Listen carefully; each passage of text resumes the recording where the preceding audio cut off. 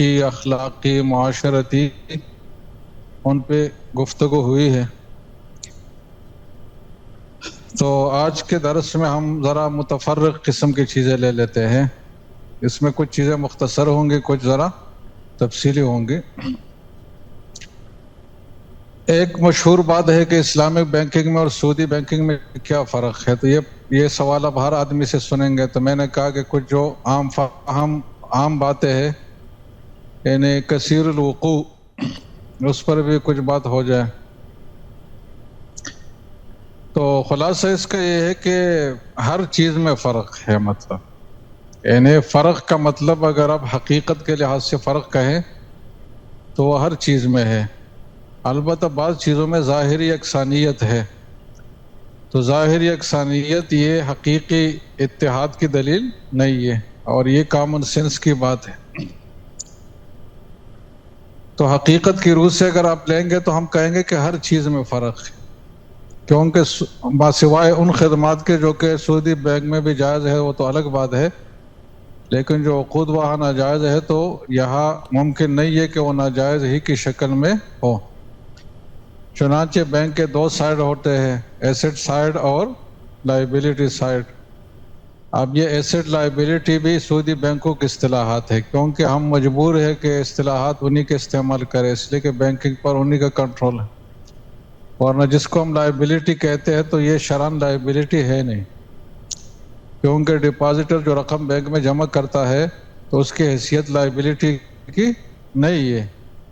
اس لیے کہ وہ رأس المال ہے نا، اور رأس المال کا مطلب یہ ہے کہ بینک کے پاس وہ امانت ہے، اور امانت کا مطلب یہ ہے کہ لائبلٹی نہیں ہے۔ تو وہ امانت ہے بینک کے پاس، بینک اس کو آگے انویسٹمنٹ کرتا ہے، پھر اس سے نفع کمایا جاتا ہے۔ تو اس سائڈ پر فرق یہ ہے کہ بنیادی عقد ہی الگ ہے، وہاں قرض کا عقد ہے، یہاں مضاربت کا عقد ہے۔ اب یکسانیتوں سے لوگ استدلال کرتے ہیں کہ یہ دونوں ایک چیز ہے، مثلا وہاں جو ڈپازیٹر کو نفع دیا جاتا ہے اور اس کا پہلے سے اعلان بھی ہوتا ہے، تو اسلامک بینکوں میں بھی یہ ہوتا ہے، لیکن یہ ظاہری یکسانیت ہے، حقیقت کا اتحاد نہیں ہے۔ اس لیے کہ جب عقد ہو گیا مضاربت کا اور اس میں مضاربت کی شرائط آ گئی تو اصل اعتبار اس چیز کا ہے، کیونکہ کل جب معاملہ آئے گا عدالت میں کسی بھی جگہ تو اس ایگریمنٹ کو پیش کیا جائے گا، اپنے خیالات کوئی دلیل نہیں ہوں گے کہ میرا خیال یہ تھا اور میرا خیال یہ تھا، سمجھ رہے ہیں؟ اور اس ایگریمنٹ میں واضح طور پر مضاربت کی ساری باتیں لکھی ہوئی ہے، اسی پر کلائنٹ دستخط کر کے وہ ڈپازیٹر بنتا ہے۔ تو اصل اعتبار لکھے ہوئے عقود کا ہی ہوتا ہے، خاص کر بینک میں جو انتہائی ریگولیٹڈ ادارہ ہوتا ہے جس میں ہر چیز لکھت پڑھت ہے، اگر اس کے بغیر ہے تو اس کی کوئی قانونی حیثیت نہیں ہے، لہذا شرعی حیثیت بھی اس کی نہیں ہے۔ تو اس میں جو ظاہر یکسانیت ہے کہ ویٹیج سسٹم کے تحت جو نفع اعلان کیا جاتا ہے تو تقریباً اتنا ہی ہوتا ہے یا عموماً اس سے کم ہوتا ہے جو سعودی بینکوں میں، تو اس سے لوگ کہتے ہیں کہ یہاں بھی فکس نفع دیا جا رہا ہے، جبکہ وہ فکس نفع نہیں ہوتا، بلکہ حقیقت یہ ہے کہ بینک کو اپنے پوری چیز کا پتہ ہے، کیونکہ بینک جیسے کہ ابھی میں نے عرض کیا کہ موسٹ ریگولیٹڈ سسٹم ہے بینک، اس میں اس کو پتہ ہے کہ میرے پول میں کتنے پیسے ہیں، یہ کن چیزوں میں لگے ہیں، ان سے ماہانہ کتنی آمدن آئے گی، گزشتہ مہینے کتنی آئی تھی، تو بینک کی آمدن سیم ہی ہوتی ہے، مطلب سلو سیم انداز میں آتی ہے، تو نتائج تقریباً ایک جیسے ہوتے ہیں۔ تو ان نتائج کو سامنے رکھ کر تقریبی طور پر ایک نفع کا اعلان کیا جاتا ہے، اور اس کے ساتھ یہ بات ہوتی ہے کہ یہ تقریبی ہے، تقریبی کا مطلب اندازہ سے، اور پھر عملاً چونکہ ریگولیٹڈ سسٹم ہے تو اس کے قریب ہی نفع نکلتا ہے، لیکن نفع کی بنیاد وہ نہیں ہوتی جو سعودی بینک میں ہے کہ ہم قرض پر ضرور آپ کو ایک مشروط اضافہ دیں گے، بلکہ مضاربت کی بات ہوتی ہے کہ آپ کے پیسے کو کاروبار میں لگائیں گے اور جو نفع ہوگا اس میں سے آپ کا حصہ ہوگا۔ تو جب حقیقت بدل گئی تو اگر ظاہری طور پر بالکل یکسانیت بھی ہو نفع کی تقسیم میں تو بھی کوئی فرق نہیں پڑتا، یعنی جواز عدم جواز کے لحاظ سے فرق کا میں کہہ رہا ہوں کہ وہ بات نہیں آتی۔ اس طریقے سے ایسٹ سائڈ پر بھی بہت فرق ہے، بینک کے پاس ایک ہی سعودی بینک کے پاس ایک ہی ماڈل ہے اور ایک ہی جو ہے نا پروڈکٹ ہے اور ایک ہی موڈ آف فائنانس ہے کہ سعودی قرض پر آگے چیزیں دی جاتی، اور اس میں سود کی شرح مختلف تو ہوتی ہے، لیکن عقد سب کے ساتھ سود ہی کا ہوتا ہے، جبکہ اسلامک بینک میں اس کا تصور نہیں ہے، سود کا معاملہ نہیں ہوتا، بلکہ جو حقیقی پروڈکٹ ہے اس کی خریداری ہوتی ہے، اس پہ قبضہ ہوتا ہے، اس کے بعد اس کی منتقلی ہوتی ہے، اور جو بھی چیز ہے وہ یا تو چیز کی قیمت کے طور پر آ رہی ہے، یا چیز کے کرائے کے طور پر آ رہی ہے، یا کسی حق کے بدلے میں آ رہی ہے، لیکن عوض معوض کا معاملہ ہوتا ہے ایکسچینج کا، اور خرید و فروخت، اور مطلب یہ کہ حقیقی ٹرانزیکشن ہوتی ہے مالی معاملات کی۔ تو لہٰذا اس سائٹ پر بھی فرق ہے، اس سائٹ پر بھی فرق ہے، یہ دو ہی سائٹ بینک کے ہوتے ہیں۔ اس کے علاوہ جو جائز سروسز خدمات ہے تو وہ بھی دیتے، یہ بھی دیتے ہیں، اس میں کوئی فرق کی ضرورت ہی نہیں ہے۔ تو اس سے تقریباً ان ساروں باتوں کا جواب ہو گیا کہ فرق کیا ہے، اور پر اینم جو اعلان کیا جاتا ہے نفع کا، یا پر منتھ، پہلے پر انم تھا، پر منتھ ہے، تو اس سے بھی کوئی جواز عدم جواز کی بات نہیں نکلتی۔ اور یہ سوال کا جواب بھی ہو گیا کہ ہمیں نتائج میں کوئی زیادہ فرق محسوس نہیں ہوتا، تو جب حقیقت الگ الگ ہم نے کر لی تو بات جواز عدم جواز کی نہیں رہی۔ اب بات رہے گی شرعی عزیمت کی۔ تو شرعی عزیمت پھر یہ ہے کہ اسلامک بینک کو اب جتنا دور لے جا سکے تو اتنا ہی دور آپ کو لے جانا چاہیے، اور جو اصل بانیان ہے جیسے کہ حضرت شیخ الاسلام صاحب اور یہ حضرات، تو وہ یہ بات روز اول سے کرتے آ رہے ہیں کہ بینک میں ہم نے جو طریقے تجویز کیے ہیں یہ عبوری ہے، اور اس میں صرف اتنی بات ہے کہ صریح حرام سے نکل کر محض جواز کے درجے میں چیز آ جائے۔ باقی یہ اسلام کا کوئی الٹیمیٹ اکنامک سسٹم نہیں ہے، اور نہ ہم اس کی ترجمانی اس کو قرار دے رہے ہیں، اور نہ ہم یہ کہہ رہے ہیں کہ اس کے جو نتائج ہیں وہ اس سے ضرور حاصل ہوں گے، وہ ہمارا دعویٰ بھی نہیں ہے، اور اس موقع پر وہ ممکن بھی نہیں ہے، لیکن اس کی طرف پیش رفت ہماری ہوگی۔ تو آج اسلامک بینکاروں میں ایک المیہ یہ ہے کہ انہوں نے جو کچھ موجودہ چیز ہے نا، اسی کو کافی شافی سمجھ لیا ہے، اور جو کچھ ہے گوئے کہ یہی ہے، یہ اسلامی بھی ہے اور اعلیٰ درجے کے اسلامی بھی یہی ہے۔ تو یہ نظریہ بھی غلط ہے، اس میں بہتری کی گنجائش ہے ہر چیز میں، اور اس بہتری کا حرص اور عزم ہمارے اندر ہونا چاہیے، اور اس نظام کو ایک لحاظ سے ہمیں اس لحاظ سے ناقص سمجھنا چاہیے کہ یہ پوری اسلامائزیشن کی ترجمانی نہیں کر رہے ہیں، صرف جواز عدم جواز کی حد تک اس کا معاملہ ہے بس۔ باقی جو تقسیم دولت پر اثرات مرتب ہونے ہیں، اور منصفانہ تقسیم دولت ہونا ہے، اور بہت ساری چیزیں ہونی ہے، وہ اس سسٹم سے حاصل نہیں ہوں گے اس طریقے سے جو کہ مطلوب ہے۔ اگرچہ فی نفسی ہی کافی فرق ہے، جیسے کہ اس پہ پہلے بھی میں نے بات کی ہے کہ اگر یہ دونوں سسٹم ایک جیسے ہوتے تو 2008 کے بحران نے یہ بات ثابت کر لیا کہ دو ایک جیسے نہیں ہے، اس لیے کہ سعودی بینک اس کے نرغے میں آئے اور کوئی بھی اسلامی بینک اس میں نہیں آیا، تو پتہ چلا کہ جوہری فرق دونوں میں ہے، لیکن وہ فرق کافی نہیں ہے، اس کو مزید آگے بڑھانا چاہیے۔ لیکن جیسے کہ آگے میں بات عرض کروں گا، اس میں کچھ جذباتیت کا پہلو بھی لوگوں میں پایا جاتا ہے، تو چونکہ بینک ایک بہت حساس ادارہ ہوتا ہے، اور اگر آپ نے تھوڑی بھی اونچ نیچ کر لی اور ایک بار آپ بدنام ہو گئے تو پھر آپ کی دوبارہ سٹیبلٹی میں بہت وقت لگے گا، اور معمولی غلطی سے آپ بالکل کولپس بھی کر سکتے ہیں۔ تو اس لیے اس میں جذباتیت نہیں چلے گی، علی وجہ البصیرہ اقدامات کرنے ہوں گے۔ اب اسی نقطے کو ذرا ہم آگے بڑھاتے ہیں، اور یہ بڑا اہم نقطہ ہے، اور یہ ذرا تحقیقی بحث ہے کہ یہ بات آپ نے عمومی طور پر سنی ہوگی کہ یار بینک شرکت اور مضاربت صحیح معنی میں کیوں نہیں کرتا، یعنی ایسے پارٹنرشپ کیوں نہیں کرتا جیسے کہ دو آدمی پارٹنر بنتے ہیں اور وہ نفع عموماً 50-50% تقسیم کرتے ہیں، یا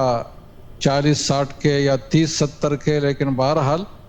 اس میں جو انویسٹر ہوتا ہے اس کا ایک بڑا پورشن ہوتا ہے نفع میں سے،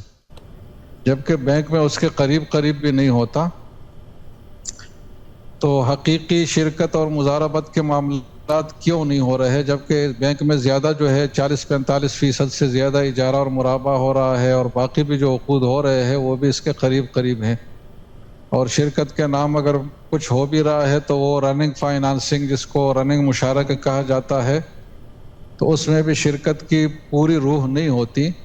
یعنی جواز کی حد تک تو بات اس میں آ جاتی ہے، لیکن نفع کی تقسیم جیسے کہ ہونا چاہیے وہ نہیں ہوتی، بلکہ ایک لمٹ کی حد تک ایک خاص سیلنگ لگا کر اس میں بینک کو ایک پورشن دیا جاتا ہے، اس سیلنگ کے بعد یعنی جب بینک نارمل جو اس کو چاہیے تھا وہ کما لیتا ہے تو پھر اس کے بعد برائے نام ریشو ہوتا ہے، اور حقیقی شراکت داری جو عام طور پر شراکت داری ہوتی ہے اس طرح نہیں ہوتی۔ تو خلاصہ یہ ہے کہ شرکت مضاربت حقیقی معنی میں نہیں ہے بینکوں میں، جبکہ اس کے درست ثمرات خاص کر تقسیم دولت کے حوالے سے جو ثمرات ہے وہ تب حاصل ہوں گے جب اسی طرح معاملہ ہو کہ بینک آگے باقاعدہ کاروباروں میں پارٹنر بن جائے، اور جو تاجر اربوں کما رہا ہے تو اس میں معتدبی حصہ بینک کا ہو، پھر بینک بھی باقاعدہ ایک معتدبی مقدار میں حصہ ڈپازیٹر کو منتقل کرے۔ جبکہ آج کل تو اتنا کم حصہ منتقل ہوتا ہے کہ بعض اوقات جو افراط زر ہے نا وہ بھی کور نہیں ہوتا پورا، یعنی اس پیسے کی ویلیو میں جو کمی آ رہی ہوتی ہے۔ تو اس میں کچھ اسلامک بینکوں کا قصور بھی ہے کہ وہ نفع کم دیتے ہیں، اور اس پر کافی بات بھی ہوتی ہے، ہمارے علماء کی طرف سے بھی ہوتی ہے۔ لیکن بہرحال پھر میں یہ عرض کروں کہ اس کا تعلق جواز عدم جواز سے نہیں ہے، یہ ایک انتظامی معاملہ بن جاتا ہے، کیونکہ جواز کے لیے صرف اتنی بات کافی ہے کہ ہماری شرکت ہے اور مثلا 99% نفع میرا ہوگا، 1% آپ کا ہوگا، تو شرعاً یہ بھی جائز ہے۔ تو جواز کی حد تک تو بات ہو جاتی ہے، لیکن حقیقی جو جیسے ہونا چاہیے اس طرح نہیں ہوتا، تو اس میں جو لوگ عموماً جو ہے وہ بینک ہی کو بلیم کرتے ہیں، اور ساری ذمہ داری آپ کو سمجھ آ رہی ہے باتیں؟ ساری ذمہ داری آپ ذرا اس طرف بیٹھ جائیں نا تاکہ ذرا سامنے سامنے ہوں، تو ساری ذمہ داری اس میں بینک کے اوپر ہی ڈالی جاتی ہے کہ گویا کہ سارا قصور بینک کا ہے۔ لیکن اس معاملے کی گہرائی میں جو لوگ گئے ہیں اور جنہوں نے تحقیقات کی ہے اور اس پہ جو مقالہ لکھے ہے، تو اس کا میں خلاصہ آپ کو بتا دوں کہ ایسا نہیں ہے جیسے کہ ہو رہا پیش کیا جا رہا ہے۔ اس کی گہرائی میں اگر ہم جائیں تو اس طرح نہ ہونے کے، یعنی شرکت کے معاملات نہ ہونے کے 3 بڑی وجوہات ہیں۔ یعنی مطلب جو پارٹیسپیٹری میتھڈ ہے اس کی بجائے نان پارٹیسپیٹری میتھڈ اختیار کیا جاتا ہے۔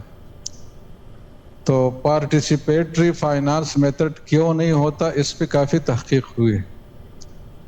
تو اس کے 3 وجوہات جو ہے نا سامنے آئے ہیں۔ ایک ہے انسرٹینٹی، غیر یقینی صورتحال۔ دوسرا ہے لو ڈیمانڈ، کہ صرف بینک کی طرف سے نہیں بلکہ دوسری طرف سے بھی ڈیمانڈ اس معاملے کا نہیں ہے۔ اور تیسری چیز ہے ریگولیٹری سسٹم کی کمزوری۔ تو یہ 3 بڑے بڑے عنوانات آپ اس کو دے سکتے ہیں۔ اس میں جہاں تک پہلی بات ہے انسرٹینٹی کی، غیر یقینی صورتحال کی، تو اس کی کچھ تفصیل یہ ہے کہ بینک کو اگر ہم یہ کہے کہ آپ جو ہے فلاں کاروباری آدمی کے ساتھ اس کے کاروبار میں باقاعدہ پارٹنر بن جائے، بجائے اس کے کہ اس کو ایک مشینری چاہیے اب مرابحہ کے طور پر اس کو بیچے، تو آپ مشینری کے پیسے اس کو دے اور پورے کاروبار میں حصہ دار بن جائے ایک مناسب انداز میں۔ تو اس میں سب سے پہلا پرابلم یہ پیش آتا ہے کہ وہ جو کاروباری آدمی ہے اسی کے پاس ساری معلومات ہے کاروبار کی، اور یقینی بات ہے کہ بینک کے پاس اتنے نہیں ہیں۔ تو بینک جب پارٹنرشپ میں جائے گا اور حقیقی بزنس میں جائے گا تو بینک کو اتنے لوگ فراہم کرنے ہوں گے جو اس فیلڈ کو سنبھال سکیں، اور پھر بینک کسی ایک آدمی کے ساتھ تو نہیں، ہزاروں لاکھوں اس کے کسٹمر ہوتے ہیں اور مختلف قسم کے کاروباروں کے متعلق لوگ ہوتے ہیں۔ تو بینک کو اپنے پاس اس کے ماہرین رکھنے ہوں گے، کیونکہ جب بینک کو خود مہارت نہیں ہوگی تو وہ کاروبار کو صحیح رن نہیں کر سکے گا، یا اس کا جائزہ صحیح نہیں لے سکے گا، اس کو بہت آسانی سے دھوکہ دیا جا سکے گا، اس کے ساتھ 2 نمبری ہوگی۔ جیسے کہ 2 آدمی اگر پارٹنر ہے اور ایک تھوڑا سیدھا سادہ ہے تو دوسرا اس کو کاٹ لیتا ہے۔ تو یہ معاملات ہمارے معاشرے کا حصہ ہے، تو بینک کے ساتھ بھی ایسا ہوگا۔ تو بینک کی جو کاسٹ ہے وہ بہت زیادہ بڑھ جائے گی، جس کو بینک بیئر نہیں کر سکتا، کیونکہ اتنے سارے لوگ اور تجربہ مہارت اس کو حاصل کرنا ہوگا۔ جبکہ بینکنگ کی فیلڈ کے جو ماہرین ہیں وہ اس کے ماہرین نہیں ہوتے، اس کے الگ ماہرین ان کو رکھنے ہوں گے۔ تو جتنا عملہ کسی بینک کے پاس ہوتا ہے نا، اس کے قریب مزید عملہ اس کو رکھنا ہوگا۔ تو ایک تو کاسٹ بہت زیادہ بڑھ جائے گی، دوسری بات یہ ہے کہ معلومات میں بہت زیادہ فرق ہوتا ہے کاروباری دنیا کی اور بینکنگ کی دنیا کی۔ عموماً پارٹنرشپ کی آفر وہ آدمی آپ کو کرتا ہے جو کسی ایسے خطرناک منصوبے میں جانا چاہتا ہو جس میں بہت زیادہ نفع بھی ہو سکتا ہو لیکن نقصان بھی ہو سکتا ہو، تو آپ کو آفر کرتے کہ آپ مجھے پیسے دے تاکہ میں اس میں لگاؤں، اور آپ کو ایک سبز باغ دکھایا جاتا ہے۔ مقصد اس کا یہ ہوتا ہے کہ اگر نقصان ہوا تو اصولی لحاظ سے سارا نقصان اسی کے کھاتے میں جائے گا، میرا کوئی نقصان نہیں ہوگا، اور اگر نفع ہوا تو میں بھی ایک بڑا پورشن لے لوں گا نفع کا۔ تو عموماً ایسے ہی لوگ دوسرے سے انویسٹ کر لیتے ہیں۔ تو جب ایسی صورتحال ہو تو ظاہر ہے کہ ایسا آدمی تو اگر نفع کمائے گا تو بڑی بات ہے، لیکن اگر نہیں کمائے گا تو نقصان بھی اس کا بہت بڑا ہوتا ہے، اور بینک اتنا بڑا رسک نہیں لے سکتا، اس لیے کہ بینک کا جو پیسہ ہے وہ سارا اپنا تو نہیں ہے، وہ ڈپازیٹر کا پیسہ ہے۔ بینک اسٹیٹ بینک کی طرف سے پابند ہے کہ آپ اتنے رسکی معاملات میں نہ جائیں۔ بازل 1، 2، 3 الگ اس کے لیے سٹینڈرڈ بنے ہیں دنیا کی سطح پر، جس کے تو پورے دنیا کے بینکنگ سسٹم پابند ہے،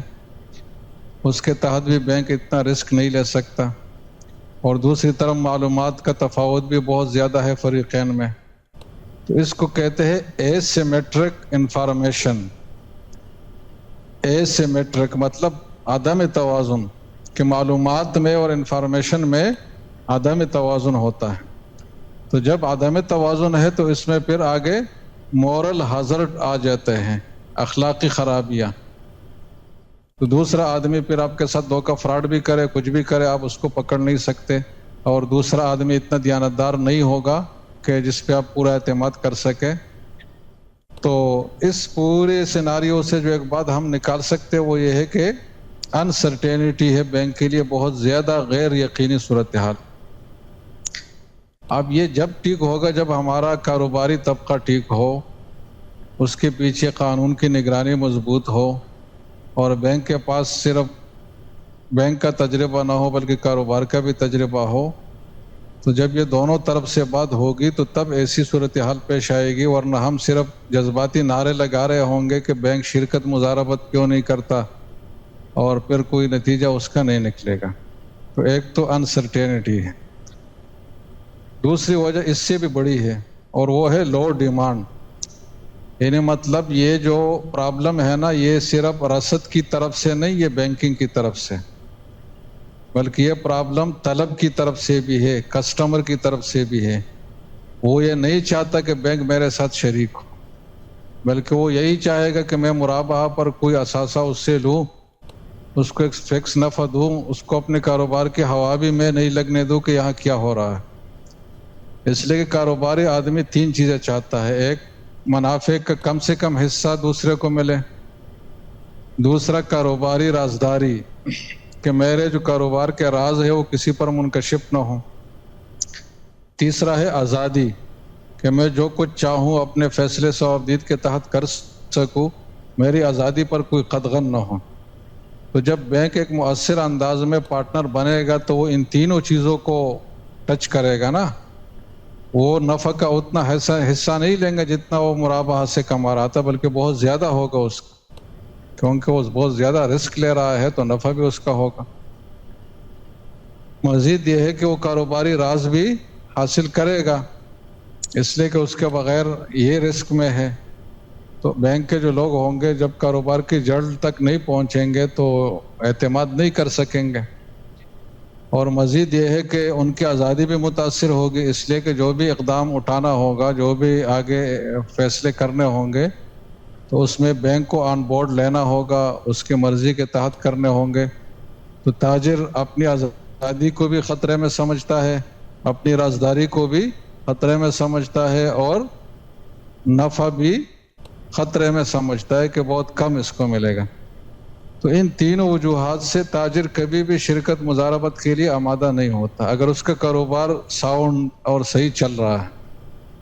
اور اگر گڑبڑ والی بات ہے، جیسے کہ ابھی میں نے عرض کیا کہ جہاں بہت رسکی معاملہ ہے، تو اس میں پھر یہ بینک کی طرف جائے کہ مجھے پیسے دو، ایک ارب روپے اتنا بڑا منصوبہ ہے، اس میں آپ رب المال ہوں گے، میں مضارب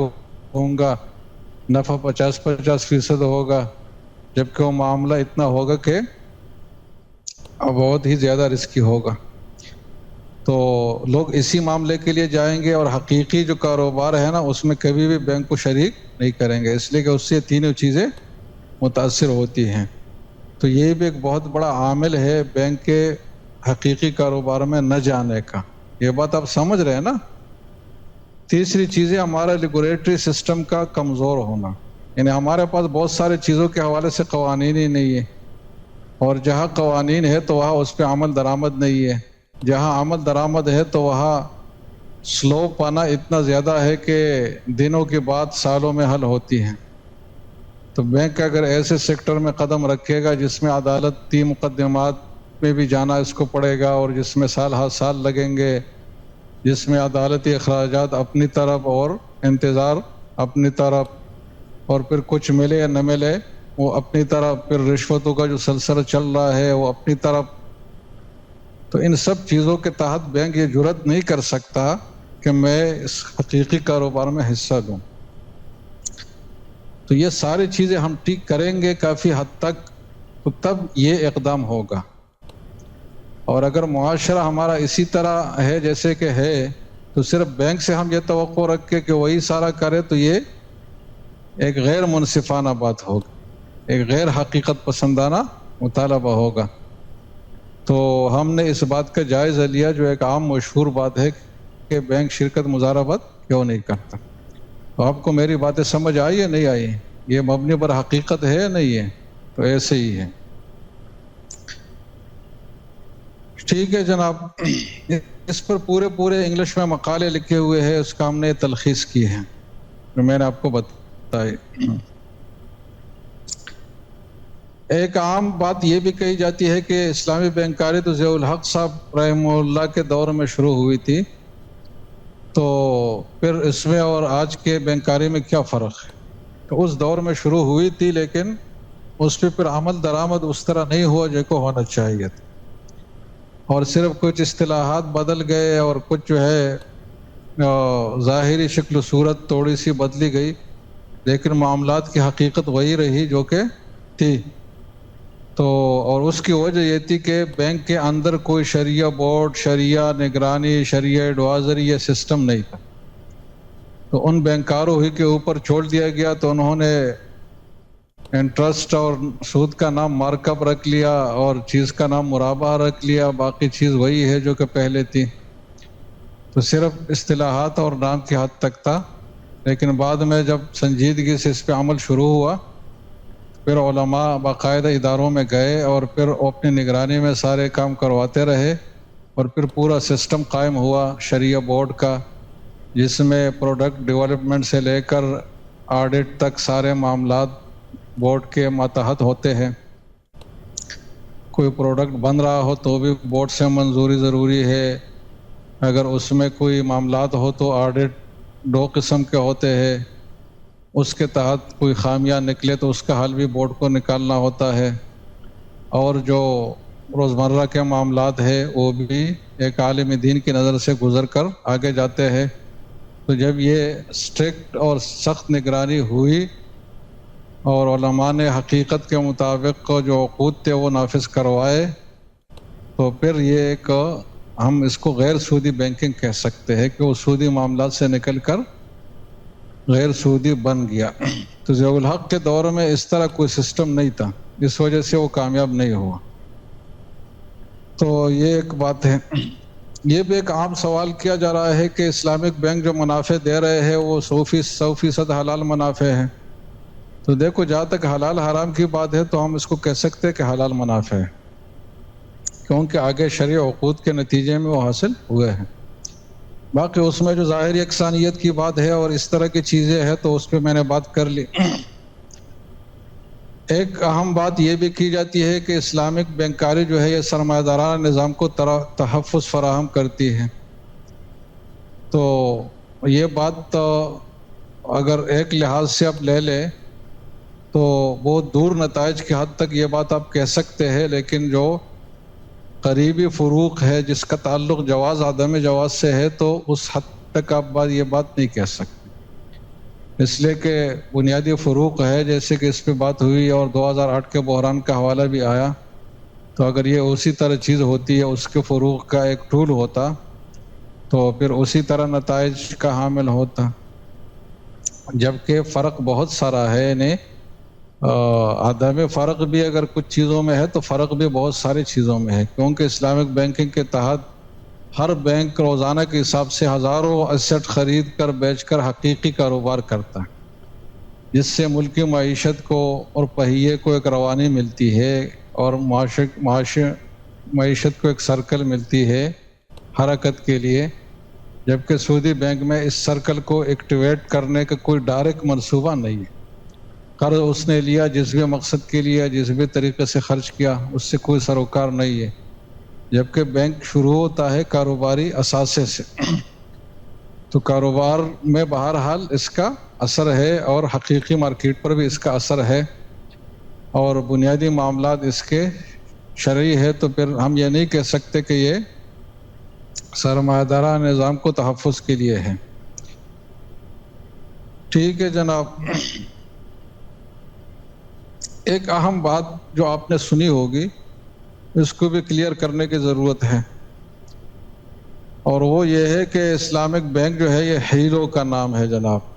یہ ہیلو پر مشتمل ہے اور سب ہیلے حوالے ہے، اس میں کوئی حقیقت نہیں ہے، اس لیے سارا جو ہے وہ حرام ہے اور ناجائز ہے۔ تو یہ ہیلہ کی جو اصطلاح ہے یہ بہت وسیع پیمانے پر استعمال ہوتی ہے، تو اس کی حقیقت کو تھوڑا سمجھنے کی ضرورت ہے، اور اس پر علامہ ابن قیم نے کافی تفصیل سے بات کی ہے، ان کی جو کتاب ہے اعلام الموقعین، اور بھی فقہاء اس پہ بات کرتے رہتے ہیں۔ تو خلاصہ اس کا یہ ہے کہ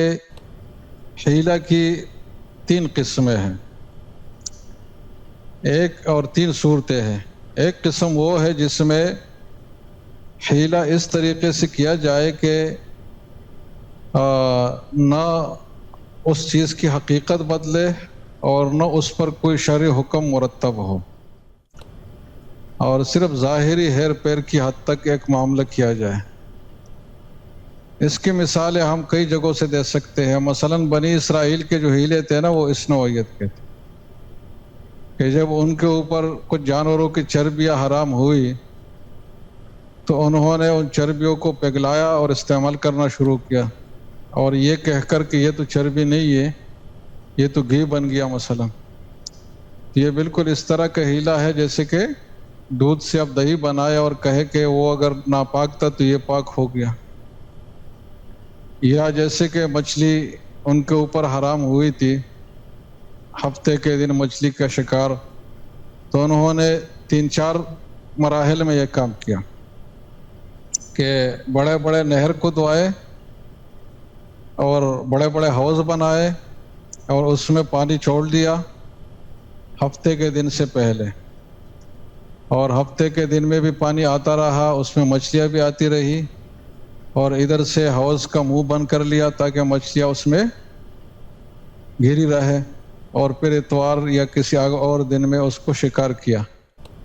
اور یہ سمجھ لیا کہ ہمارے لیے تو ہفتے کے دن شکار ممنوع تھا، ہم نے ہفتے کے دن شکار تو نہیں کیا ہے،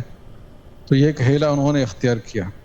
جس کی وجہ سے ان پہ عذاب الہی نازل ہوا۔ تو اس طرح کے حیلے اگر کسی جگہ کیے جائے نا تو وہ واقعتاً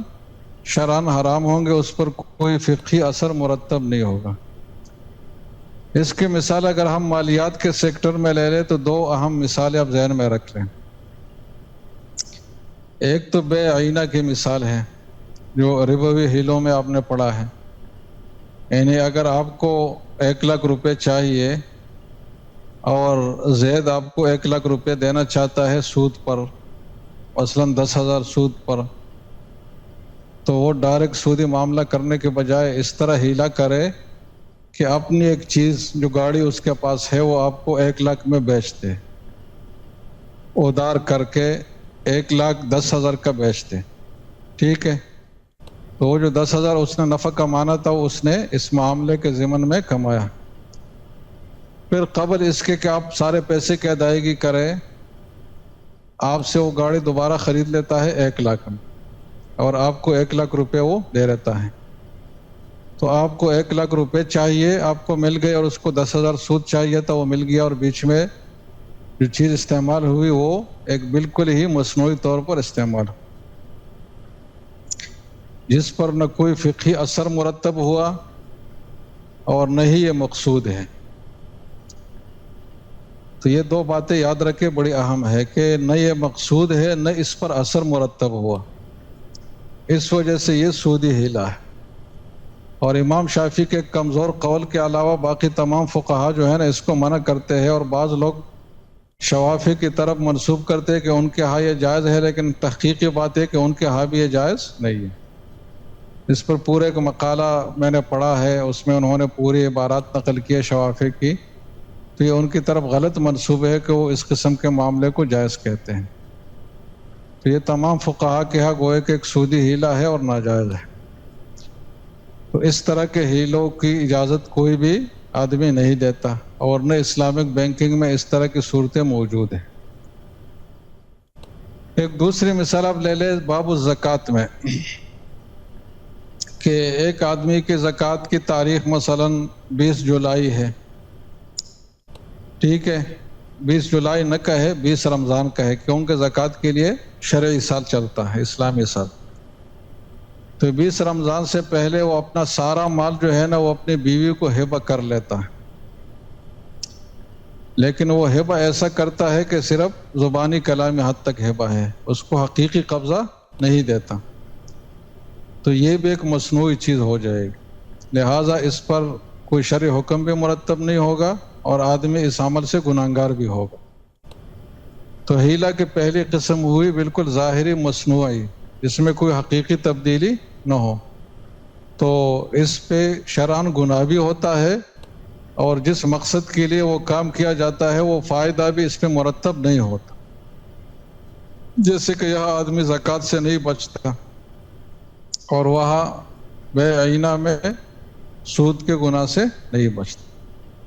اس لیے تو حضرت عائشہ رضی اللہ عنہا نے بہت شدید نکیر کی تھی جب ایک صحابی نے اس طرح معاملہ کیا تھا، اور باقی صحابہ نے حضرت عائشہ کی بات سے اتفاق کیا. تو ایک صورت تو یہ ہے. دوسری صورت ہیلا کی یہ ہے جس میں آدمی نیت کی وجہ سے تو گناہگار ہو جائے،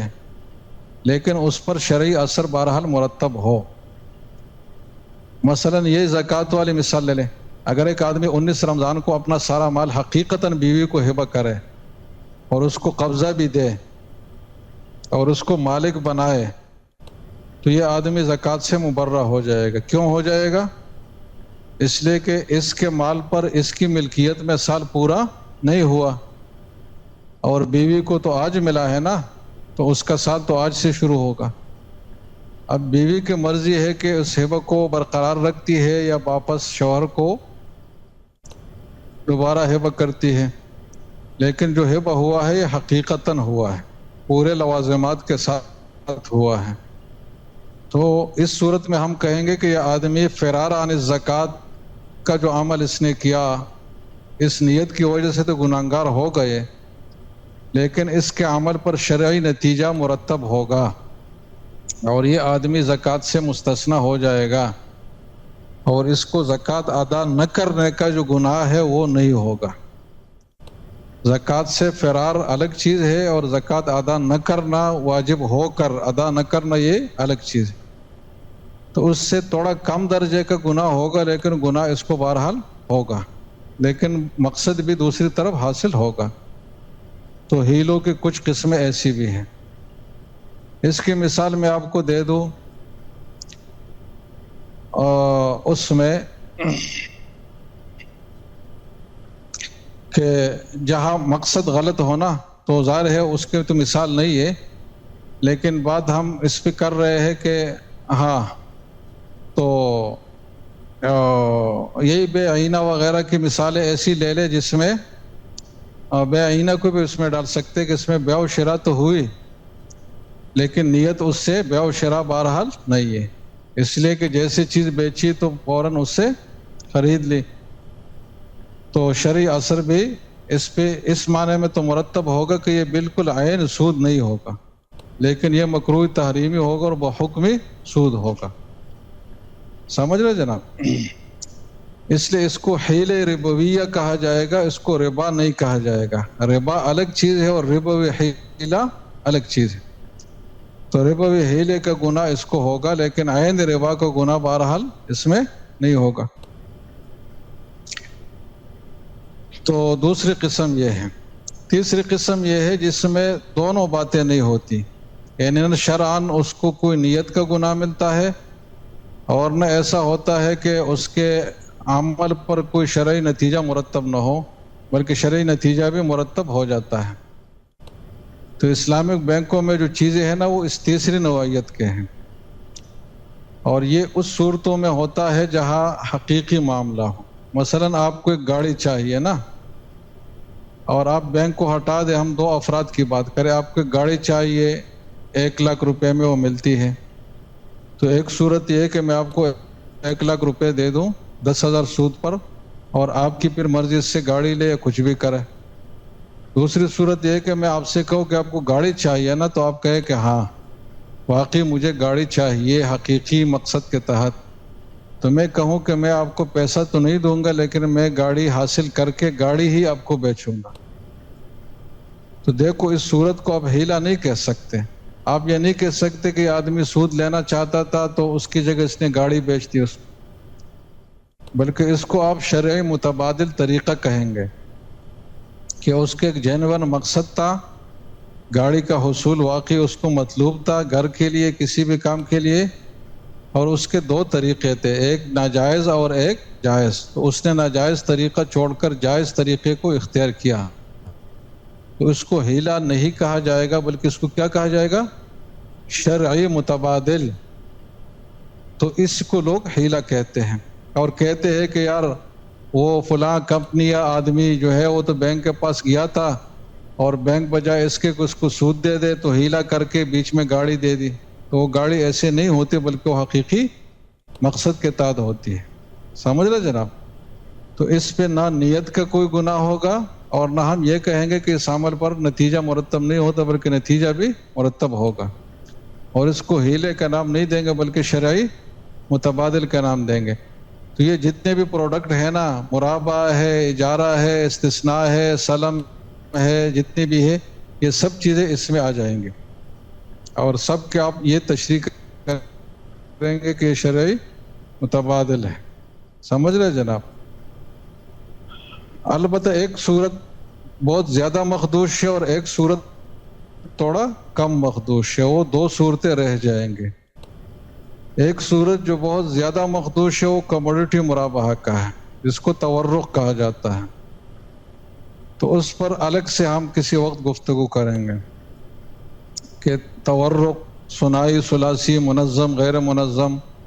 اس کی کیا تفصیلات ہے ہمارے شریعہ ایڈوائزر کی نظر میں. تو یہ تو زیادہ مخدوش چیز ہے. دوسرا جو کم درجے میں مخدوش چیز ہے وہ ہے سیل اینڈ لیز بیک، کہ ایک تاجر ہے مثلا کپڑے کا مل والا ہے، اس کو 1 کروڑ روپے چاہیے کپڑے کی بنائی کے لیے مثلا، یا رنگ کے لیے. تو اس کے ساتھ ہم کوئی اور معاملہ نہیں کر سکتے کسی اور وجہ سے، تو ہم ایسا کرتے ہیں کہ اس کی ایک بلڈنگ جو ہے وہ اس سے 1 کروڑ میں بینک لے لیتا ہے. تو سیل ہوتا ہے کہ وہ بیچ دیتا ہے 1 کروڑ میں، اور اس کو 1 کروڑ روپے مل جاتے ہیں. تو اس کو جو پیسے چاہیے تھے وہ مل گئے نا. پھر بینک یہ کرتا ہے کہ لیز بیک، کہ یہی بلڈنگ کسی اور کو کرایہ پر دینے یا بیچنے وغیرہ کے علاوہ اسی آدمی کو دوبارہ کرایہ پر دیتا ہے، اور جو بینک کا نفع ہوتا ہے تو وہ کرایہ کی شکل میں آ رہا ہوتا ہے. اب دیکھو اس معاملے میں اگر آپ ایسا کریں کہ اس سے بلڈنگ 1 کروڑ کا خریدے اور پھر فوراً ہی اس کو 1 کروڑ 10 لاکھ میں بیچے، تو یہ بھی تو ایک ہیلا ہو سکتا ہے نا، لیکن بینک میں اس کی اجازت نہیں ہوتی. تو اس معاملے کو ریئلائز کرنے کے لیے، اس کو ایک حقیقی رنگ دینے کے لیے، اور اس میں جو بینک کا رسک ہے اس کو واقعی بنانے کے لیے معاyiر نے جو IOP کا معاyiر ہے انہوں نے شرط لگائی ہے کہ جب بھی سیل اینڈ لیز بیک کا معاملہ ہوگا تو اس میں بینک وہ چیز ڈائریکٹ نہیں بیچ سکتی، اس کو کم از کم 1 سال تک بینک کو اپنے رسک پر یہ چیز رکھنی ہوگی کہ یہ بلڈنگ 1 سال تک بینک کے ملکیت پر رہے اور بینک کے رسک پر رہے، تاکہ بینک کی ملکیت ایک حقیقی معنی میں آئے، تاکہ بینک جو کرایہ وصول کر رہا ہے تو وہ حقیقی کرایہ ہو اور ایسٹ کا بینک حقیقی طور پر مالک ہو۔ تو اس لیے یہ شرط انہوں نے لگایا۔ اب یہ شرط کیوں لگائی؟ تاکہ اس معاملے پر فقہی اثرات مرتب ہو، اور جیسے میں نے کہا کہ فوراً بھی بیچ سکتا ہے نا، کوئی ممانعت نہیں ہے، کیونکہ بیچے گا زیادہ پر بیچے گا نا، تو شراء و ما باع باقل ناجائز ہے، تو بے اکثر تو جائز ہے، یہ مالک ہے، مالک اس کو بیچ سکتا ہے، لیکن بیچنے پر 1 سال تک پابندی ہے۔ یہ پابندی کیوں ہے جناب؟ تاکہ اس کو سودی ہیلے سے بچایا جا سکے، تاکہ اس میں ایک حقیقی عقد کا رنگ لایا جا سکے، حقیقی عقد کے اثرات اور خصوصیات اس میں آ سکے۔ تو اس طرح کی چیز بھی اگر ہو گئی تو ہم اس کو ناجائز نہیں کہیں گے، اس لیے کہ شرعی اثرات اس پہ مرتب ہوئے اور پیچھے کوئی غلط نیت نہیں ہے۔ اس آدمی کو کاروبار کے لیے پیسہ چاہیے اور بینک کو بھی ظاہر ہے کہ نفع چاہیے، کیونکہ بینک کا صرف اپنا پیسہ تو نہیں، وہ ڈپازٹر کے پیسے میں وہ امین ہے، اور امین اس معنی میں ہے کہ وہ نفع بخش کاموں میں لگائے گا۔ تو مفت کے قرضے اگر اس سے دینا شروع کرے گا تو یہ تو مضاربت کی روح کے خلاف ہوں گے، اس لیے مضارب پر فقہاء نے پابندی لگایا ہے کہ وہ اقراض نہیں کر سکتا، حالانکہ وہ نیکی کا کام ہے۔ آج کل لوگ کہتے ہیں نا کہ بینک قرض حسنہ کیوں نہیں دیتا لوگوں کو،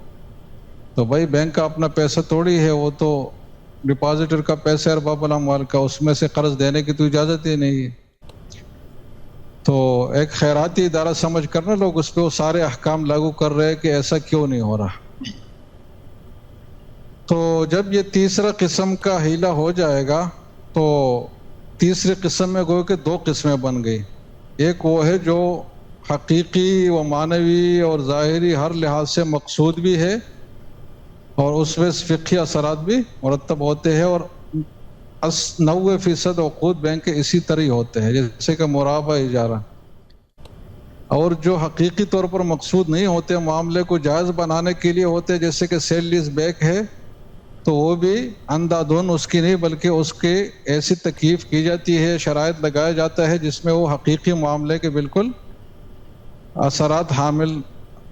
کا حامل ہو، جیسے کہ یہ سیل لیز بیک کی میں نے مثال آپ کو دی۔ سمجھ رہے جناب؟ تو جب اس طریقے سے معاملہ ہوگا تو پھر یہ بات اشکال بنیادی طور پر صحیح نہیں ہے کہ بینک جو ہے یہ حیلوں کا مجموعہ ہے، بلکہ آپ کیا کہیں گے کہ یہ متبادل تدابیر ہے۔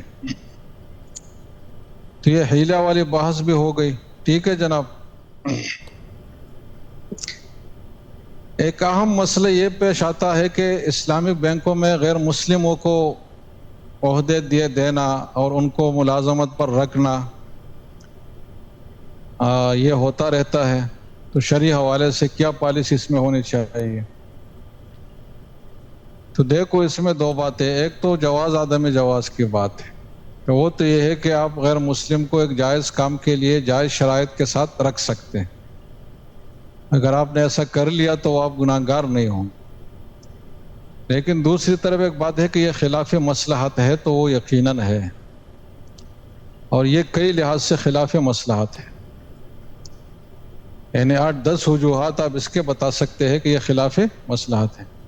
پہلی بات تو یہ ہے کہ ہم اپنی پوری تاریخ پر نظر ڈالیں نا، تو مسلمانوں کو جو اجتماعی نقصانات ہوئے ہیں وہ غیر مسلم ملازمین ہی کی طرف سے ہوئے ہیں۔ حضرت عمر کی شہادت ایک غیر مسلم غلام کے ہاتھوں ہوئی، حضرت علی کی شہادت بھی ایسے ہوئی، بعد میں خلفائے بنو عباس اور بنو امیہ کے بیچ میں جو جنگیں اور لڑائیاں ہوئی اور جو خلفشاریں رہی حکومتوں میں، تو اس میں غیر مسلم ملازمین کا بہت عمل دخل تھا۔ تو ہماری پوری تاریخ گواہ ہے کہ ایسے لوگوں کو ہم بڑے بڑے اداروں میں لیں گے نا تو یہ فساد کا ذریعہ بنیں گے، اور مسلمانوں کو جو اسٹیبلٹی ہے، استحکام ہے، وہ یقیناً خطرے میں پڑ جائے گا۔ تو ایک خلاف مصلحت بات یہ ہے۔ دوسری بات یہ ہے کہ غیر مسلم جب اپنے عقائد کے ساتھ ہے آپ کے ادارے میں اور عرصے دراز تک ہے اور اس کے ساتھ مسلمانوں کے انٹریکشن بھی روزانہ کے حساب سے ہو رہی ہے، تو یہ قوی خدشہ ہے عام ان پڑھ جو دینی لحاظ سے ان پڑھ لوگ ہیں ان مسلمانوں کے اوپر کہ وہ اپنے دینی عقائد کی روح سے ڈھیلے پڑ جائے اور وہ عقائد کی اختلاف کو ایسے سمجھے جیسے کہ ہمارے کوئی اختلاف رائے ہو جائے کسی چیز میں.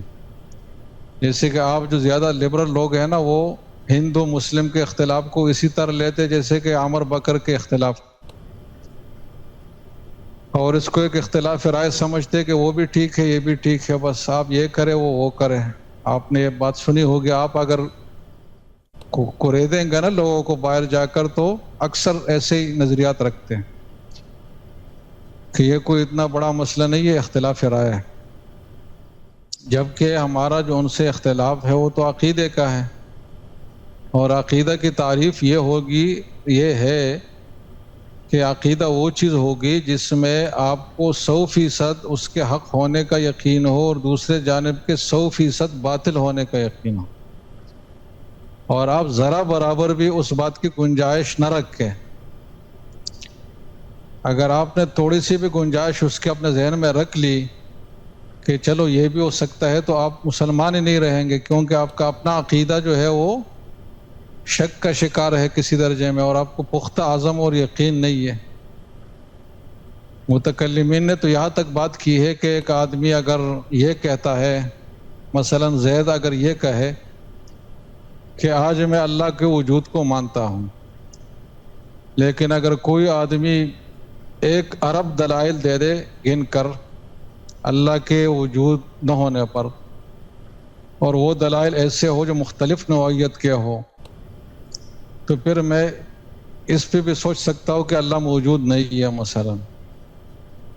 تو یہ آدمی ابھی سے کافر ہے، یہ نہیں کہ بعد میں وہ کافر ہوگا، بلکہ یہ ابھی سے کافر ہے، اس لیے کہ اس نے ابھی سے گنجائش ذہن میں رکھی ہے کہ میرا اس عقیدے میں بطلان کا پہلو بھی ہو سکتا ہے اور میں اس کو چھوڑ بھی سکتا ہوں. تو کفر کے لیے چھوڑنا ضروری نہیں ہے، چھوڑ سکنے کا گنجائش آپ ذہن میں رکھ لے تو یہ بھی کافی ہے. تو جب غیر مسلموں کے ساتھ بے تحاشا اختلاط ہوگا، ان سے مذہبی گفتگو بھی ہوگی، ان کے مراسم پر شریک بھی ہوں گے ایک دوسرے کے ساتھ، ہولی دیوالی اور ان چیزوں میں، تو اس میں مسلمانوں کے اپنے عقائد کمزور پڑ جائیں گے. سمجھ رہے جناب؟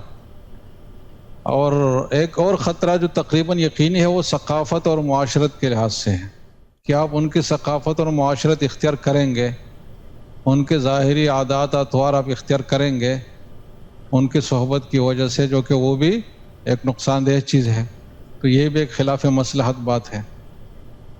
اور ایک بڑی خلاف مصلحت بات یہ بھی ہے کہ ہمارے اسلامی ملکوں کا بڑا مسئلہ کیا ہے؟ ان امپلائمنٹ، کہ بے روزگاری ہے. تو اب کہ اپنے ملک میں بے روزگاری ہے اور اس میں آپ خاص کر باہر سے غیر مسلموں کو بلا کر اپنے اداروں میں جگہ دے رہے ہیں. آپ اگر پاکستان میں دیکھیں تو کم از کم 8-10 لاکھ غیر مسلم تو ہوں گے جو باہر سے بلا کر ہم نے اداروں میں ان کو رکھا ہے، بڑی بڑی جگہوں پر، بڑے بڑے پوسٹوں پر. تو اس کی جگہ اگر اپنے ملکی لوگوں کو رکھ لے، چلو تھوڑے کم صلاحیت کے ہو، لیکن بہرحال ہم اس کو ایک وجہ ترجیح سمجھ لے کہ ہم اپنے ملکی لوگوں کو ہم نے ترقی دینی ہے، اور بجائے اس کے کہ باہر کے لوگ آ کر ہمارا سرمایہ گھسیٹ لے تو ہم اپنے ملک میں اس کو استعمال کریں.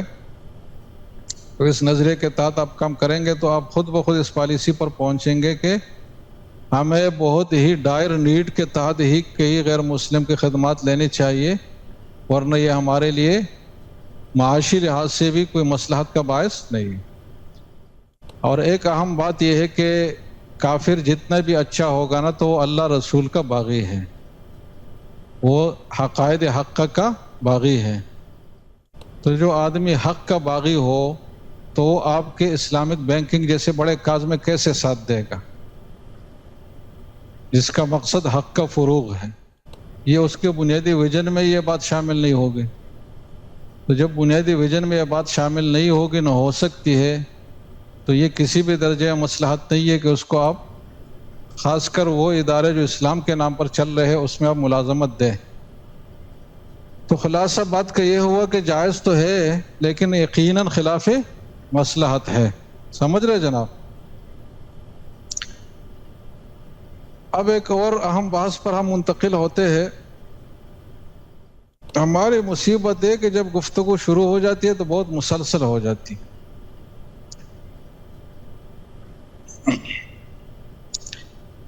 چلو بس یہ بات ختم کر کے پھر بس کر لیتے ہیں۔ اور یہ بہت اہم بات ہے، مطلب یہ اجتہادی نوعیت کے مسائل، آج کی گفتگو میں 3 اجتہادی نوعیت کے مسائل آئے۔ ایک شرکت مضاربت کیوں نہیں ہوتی، دوسرا حیلوں کی بحث، تیسرا یہ غیر مسلموں کے حوالے سے بحث۔ تو ایک چوتھی بحث بھی آج ہم کور کر لیتے ہیں، وہ ہے شخصی قانونی کی بحث۔ کیونکہ آپ نے دیکھ لیا کہ جب اسلامک بینکنگ کے خلاف فتویٰ آیا تو اس میں بڑی بڑی جو وجوہات تھی اس میں ایک وجہ یہ تھی کہ بینک ایک شخصی قانونی ہے اور اسلام میں شخصی قانونی کا کوئی تصور نہیں ہے، اس لیے کہ شخصی قانونی کوئی جاندار چیز تو ہے نہیں، اور معاملات کے لیے ایک صالح ذمہ چاہیے نا، اور صالح ذمہ ایک عاقل بالغ انسان ہی کا ہوتا ہے۔ تو غیر انسان کو آپ معاملات کا حصہ بنائے، باقاعدہ اس کو ایک شخصیت کا حکم دے، اس پہ ایک حقیقی شخص کے احکام جاری کرے، تو یہ تصور ہی خلاف شریعت ہے۔ تو یہ بات ہوئی تھی، تو یہ بات آپ نے بھی سنی ہوگی، اور آپ ویسے تقلیداً اس کو مان رہے، لیکن کوئی دلیل آپ کے پاس ابھی ہے نہیں کہ کیوں ہم مان رہے شخص قانونی کو۔ تو اس کو ذرا علی وجہ البصیرہ واضح کرے کہ ایسا معاملہ ہے کیا۔ اصل بات یہ ہے کہ شریعت میں ایک اصول ہے ضرورت حاجت کا، 2 اصطلاحات، ایک ضرورت کی اصطلاح ہے، ایک حاجت کی اصطلاح ہے۔ ضرورت کا مطلب یہ ہوتا ہے کہ ایسی چیز ہے کہ اگر وہ نہ ہو نا تو شریعت کے جو 5 مقاصد ہے، حفظ دین، حفظ جان، حفظ مال، حفظ نسل، حفظ عقل، یہ مقاصد ہی ختم ہو جائے، ان میں سے کوئی مقصد ہی ختم ہو جائے۔ جیسے کہ شراب کا حرام ہونا اگر نہ ہو تو عقل درمیان سے رخصت، زنا کی روک تھام اگر نہ ہو تو حفظ نسل درمیان سے رخصت، نماز کا اہتمام نہ ہو تو حفظ دین درمیان سے رخصت۔ تو ایسی چیزیں تو شرعاً فرض واجب کے درجے میں ہے، اس کو ضرورت کہا جاتا ہے۔ دوسرا درجہ ہے حاجیات کا، حاجت کا، کہ ایسی صورتحال ہو کہ جس کے نہ ہوتے ہوئے یہ مقاصد 5 ضائع تو نہ ہو بالکل، لیکن اس تک رسائی کافی مشکل ہو جائے، یا اس کی حفاظت آپ کے لیے مشکل ہو جائے، اور رفتہ رفتہ بہت دور جا کر یہ اس کے ضیاع کا بھی سبب بن سکے، تو ایسی کیفیت کو شریعت میں حاجت کہا جاتا ہے۔ سمجھ گئے جناب؟ اب حاجت کی وجہ سے کچھ ایسے احکام دیے جاتے ہیں جو عمومی قواعد سے ہٹ کر ہو، اور فقہ ایسی مثالوں سے بری پڑی ہے۔ آپ کو میں ذرا باہر سے کچھ مثالیں دیتا ہوں کہ حاجت کی وجہ سے عمومی قواعد سے کیسے استثناء کیا جاتا ہے، اور اس کی مثالیں ہر باب میں آپ کو ملیں گی۔ مطلب شرکت مضاربت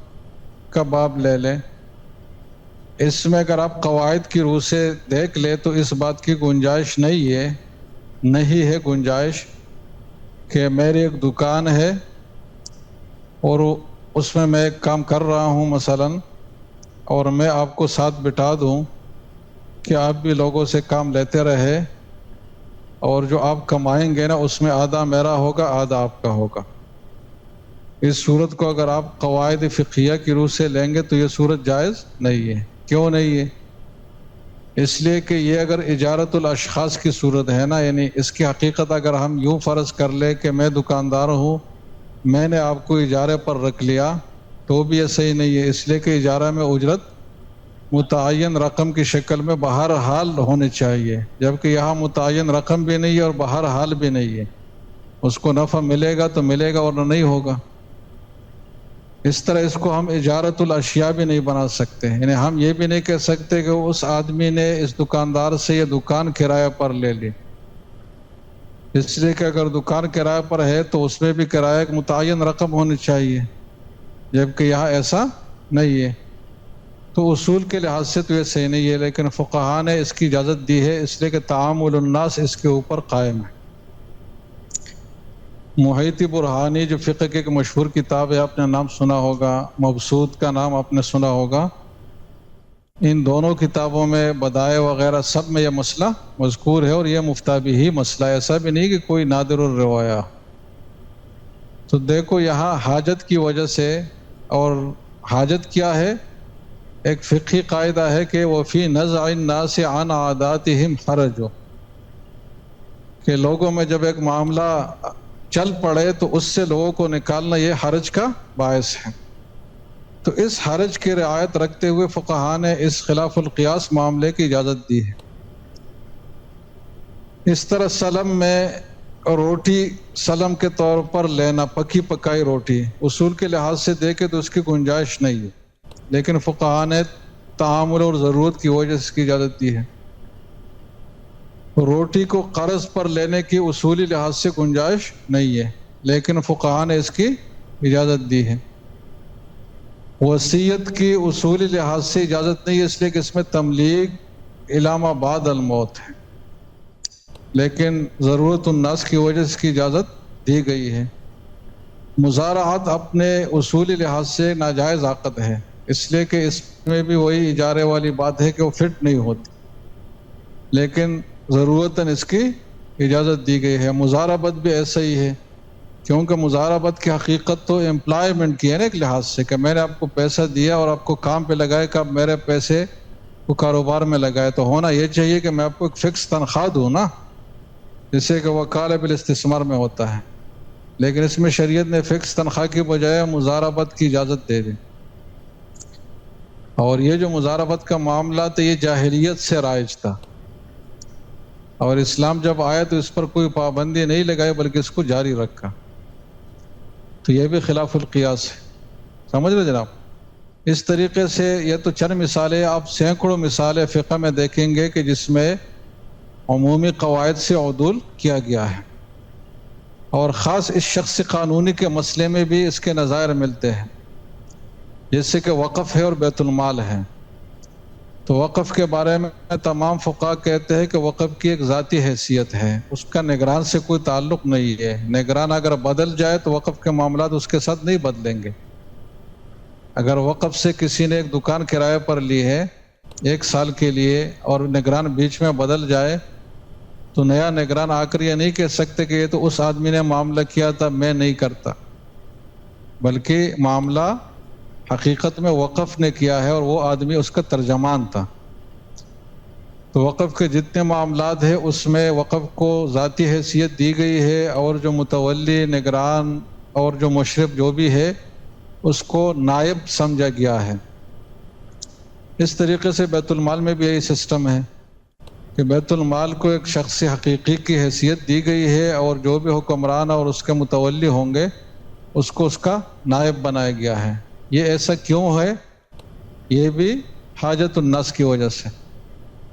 کیونکہ اگر ہم اشخاص کے اوپر اس معاملے کو ڈیپینڈ کریں گے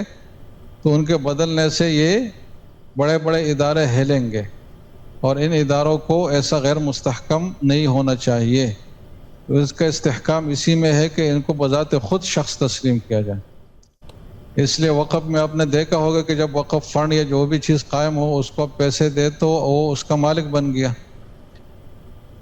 اور ہم جو متبادل دیتے نا میت کمیٹی وغیرہ کا، تو اس میں یہی ہم لکھتے ہیں کہ آپ وقف فنڈ قائم کریں تاکہ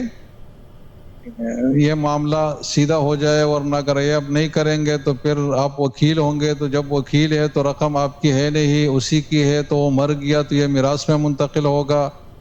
وہ واپس رجوع بھی کر سکتا ہے وغیرہ وغیرہ، بہت سارے اس کے وہ ہے مشکلات ہیں۔ تو ان مشکلات سے بچنے کے لیے ہم وقف کی تجویز دیتے ہیں، کیونکہ وقف جب بن گیا تو وہ ایک شخص قانونی ہے۔ تو لیگل اینٹی کا تصور شریعت میں پہلے سے موجود ہے۔ اور اس کے بھی بے شمار نظائر موجود ہے کہ عام قواعد سے ہٹ کر ہم نے ایک حکم تجویز کیا حاجت الناس کی وجہ سے۔ تو اب بات یہاں ٹکتی ہے، آ کر رکتی ہے کہ بینک حاجت الناس میں آتا ہے یا نہیں آتا، سمجھ رہے جناب؟ تو کمال کی بات یہ ہے کہ جو اس کے مخالفین ہیں وہ بھی اس کو حاجت کے درجے میں تسلیم کرتے ہیں۔ آپ جب کتابیں پڑھیں گے ان حضرات کی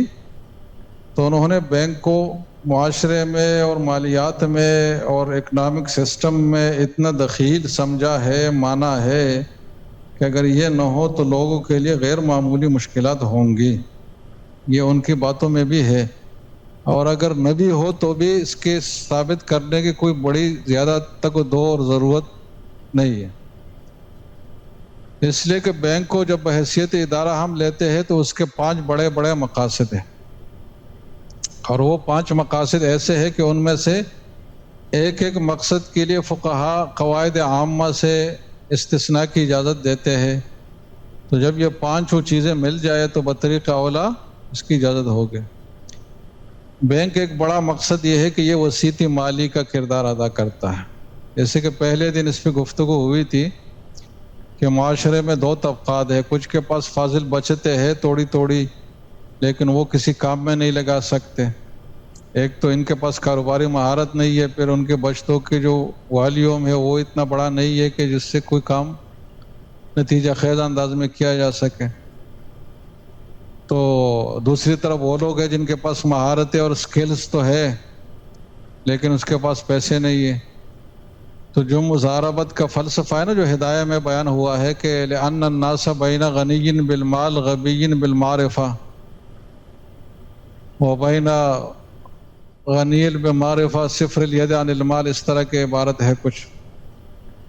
تو فمست الحاجت الی شرع ھذا النوع من العقود، تو مضاربت کی ابتداء میں ہدایت کی عبارت اس طرح ہے۔ تو یہ وسیط مالی کا کردار بینک ادا کرتا ہے اور بینک کے علاوہ کوئی ادا نہیں کر رہا ہے اس انداز میں جس طرح بینک ادا کرتا ہے، تو یہ معاشرے کے اہم ضرورت۔ دوسری اہم ضرورت اور بینک کا دوسرا بڑا اہم مقصد یہ ہے کہ یہ پیمنٹ سسٹم میں بہت دخیل ہے۔ آپ نے اگر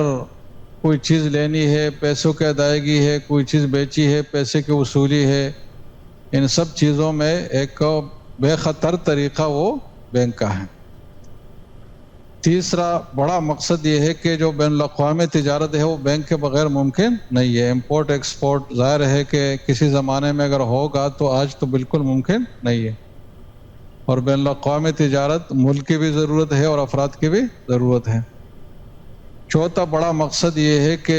بینک میں امانتاً بھی آپ بہت قیمتی چیزیں رکھ سکتے ہیں، جس کا آج کل کے حالات میں خاص کر آپ اپنے گھر میں حفاظت نہیں کر سکتے۔ تو آپ بینک کے لاکرز میں دیکھیں گے تو اربوں روپے کی چیزیں لوگوں کی پڑی ہوئی ہے، قیمتی چیزیں۔ تو یہ بھی ایک بہت بڑا مقصد ہے۔ اور پانچواں بہت بڑا مقصد وہ سروسز ہے جو بینک مختلف میدانوں میں فراہم کرتا ہے،